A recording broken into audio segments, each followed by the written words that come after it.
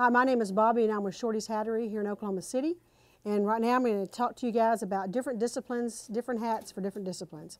So on the pecan hat right here, you're looking at the different crown shapes. This is more of a brick top shape or a square top, which is more going to be like a rodeo type person would wear.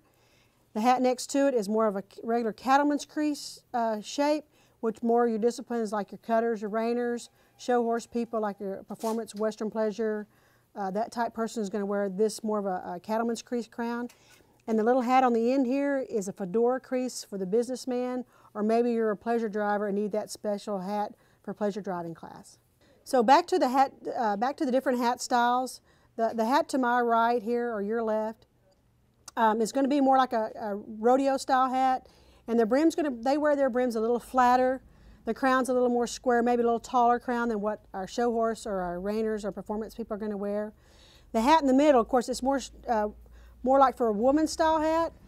We'll have people in the western pleasure classes, western riding, trail classes, but it's more of a traditional style crown, which is called a cattleman's crease crown, where the hat on the right is more of a rodeo style, like a square top style hat. The hat on the end here, the shape of this hat, the natural, is going to be more like your reining cow horse. Maybe some of your reiners will wear it, or the cutters, a little bit bigger brim, a little higher on the sides, the tops, the crown in it's just a little bit different than the rest. If you can look at the rest of them, a little bit different. And now I'm going to talk to you guys about different embellishments that we can put on our hats to make them a little bit different than anybody else's hats. So the hat on my right here is a whip lace brim and has a double braided hat band with knots and horsehair. And you might see this hat shown in, let's like a western riding, western trail classes, maybe a western pleasure class, but for surely in the reining pen, there's some hats like this that are being shown in the reining pen. There's cutters and cow horse people that wear this hat, so it's kind of popular with all disciplines in the horse industry.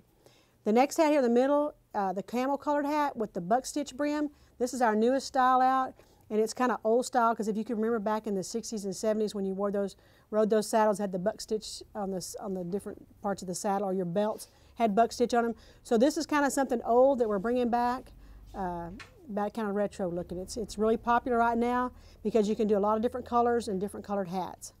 Okay, back to some different embellishments on our hats. We do different types of overlays. This is actually a zebra. It's not really a real zebra, but it's calf skin dyed to zebra.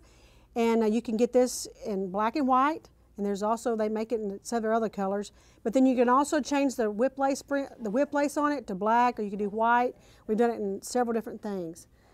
One of the other things we do right now is called the Daisy Duke, and it's a half daisy pattern that's edged on the brim of the hat, and it's just like an extra binding, and we do the hat band that matches, and this is real popular right now.